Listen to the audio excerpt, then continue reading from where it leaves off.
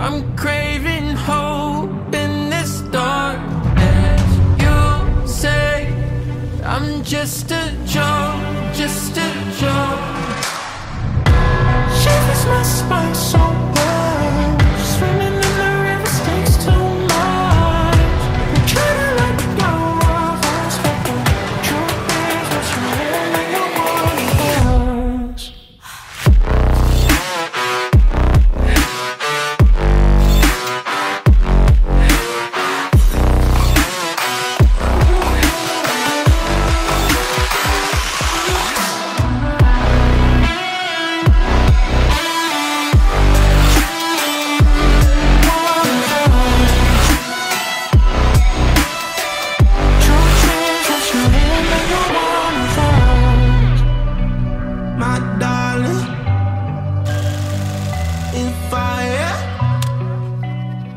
Labas na nga ng bagong modelo, yung isa sa pinakamabentang motor na pang araw-araw ni Yamaha, walang iba kundi si Yamaha MIUI 125S version. So in this video guys, aalamin natin kung may nagbago ba sa scooter na to, kung may nag-upgrade ba, at syempre aalamin na din natin guys yung presyo niya. Kaya naman tara, samahan yung ikutan tong motor na to.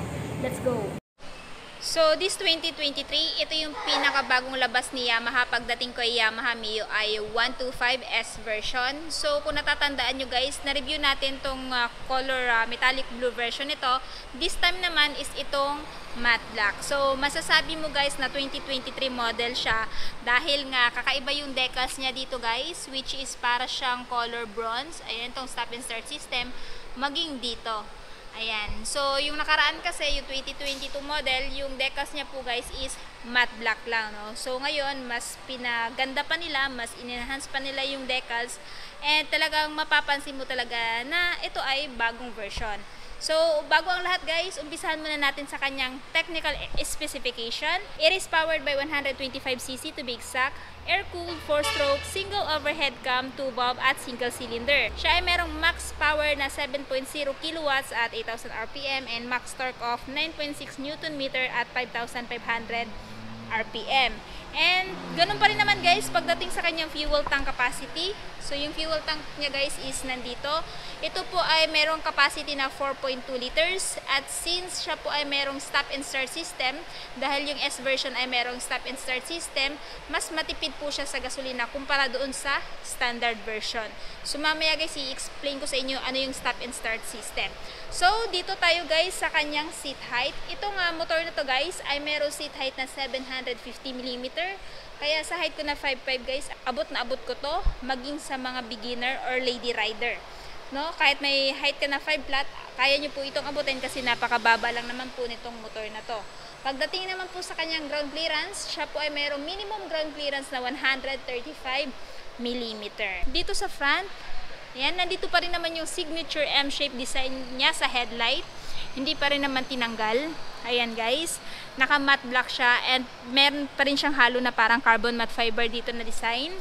So dito, meron siyang sticker na stop and start system which is parang color bronze. Ayan. And dito sa kabila, ayan, 125S. Ayan. Tapos may nakalagay dito na Mio. Equip pa rin po siya ng park brake lock. So pag in-engage mo to sa mga incline na lugar, makakaasa kang hindi na po dadaos-dos tong scooter na to. Headlight is ganun pa rin guys, naka-halogen. Bulb type pa rin yung gamit. Turn signal is bulb type pa rin. Tapos nandito pa rin naman yung kanyang Mio na pangalan at yung kanyang brand na Yamaha. Ayan. So dito tayo guys.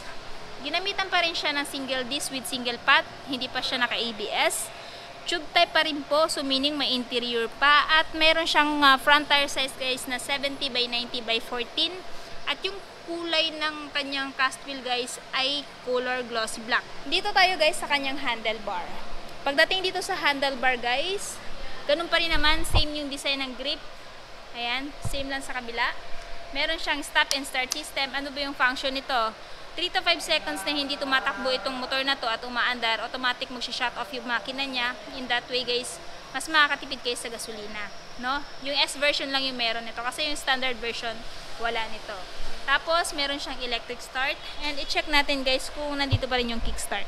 Ayan, meron pa rin po siyang kickstart. So if ever hindi gagana yung kanyang electric start, meron siyang kickstart na reserba. Dito sa kabila, ayan, high beam, low beam, turn signal switch off, tsaka yung horn. Ayan. Blue core sticker which gives you more power but less fuel. And pagdating naman dito sa dashboard, naka-analog. Pero kahit ganun pa man, nandito naman lahat ng information na kakailanganin mo sa isang motor.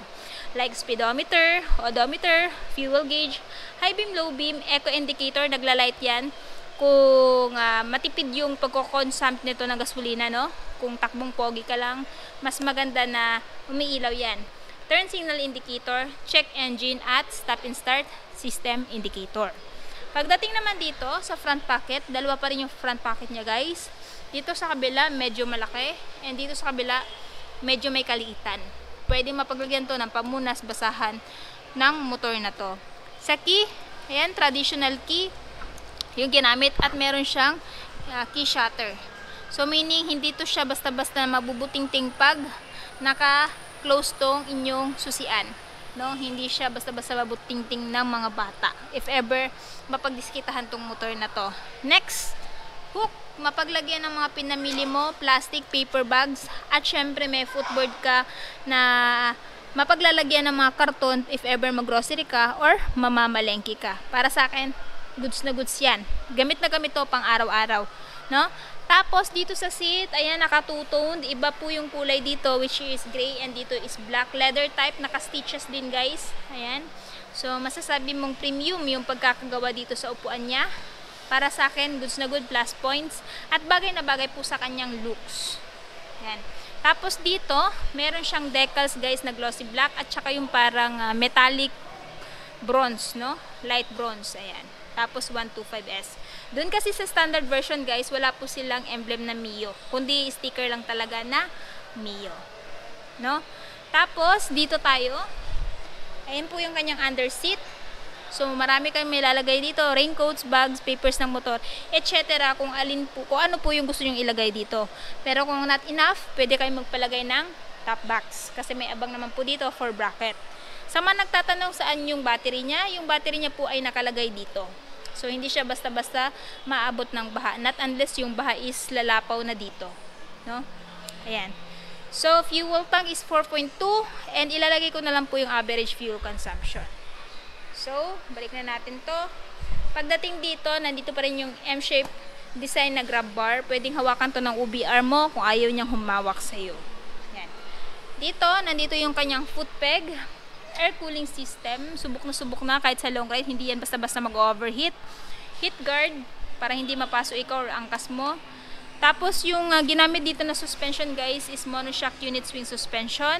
Braking system is drum brake or mechanical leading trailing. At mayroong tire size sa likod na 80-90 by 14. Tapos tube type pa rin po. No? Ginamit dito guys, naka-wheel, naka-mugs pa rin, glossy black. So, sa taillight naman, same pa rin ng dati, naka full compact or full assembly. Hindi po nakahiwalay yung turn signal niya, kundi kasama po sa brake light niya. Ayan. Naka-reflectorize for added visibility during your night ride at yung plate holder. Sa mga nagtatanong, hindi pa po naka-LED yung taillight niya, naka-bulb type pa rin po siya hanggang ngayon. Ayan. So, dito, monoshock guys yung ginamit, no? Nabanggit ko na kanina. At dito naman nakalagay yung kanyang panggilid. Ayan. Center stand and syempre yung kanyang side stand. I want to know your opinion kung if ever mag-upgrade si Yamaha dito sa motor na to, ano yung gusto nyong points of improvement? I want to know your thoughts below. I-comment nyo sa baba guys kung alin or ano yung mga gusto nyong i-improve pa dito kay Yamaha MIUI. Baka malay nyo in the next year or in the future, ayan, maririnig tayo ni Yamaha dahil hindi naman mapagkakaila guys na isa ang Yamaha brand sa pinakamabentang motor ngayon dito sa Pinas. So sa mga interested dito guys sa kay Yamaha MIUI S version, this one guys is may SRP 82,900 kung cash. Kung gusto niyo ng hulugan, down payment is 8,000 and monthly for 3 years na 3,837 at rebates na 200.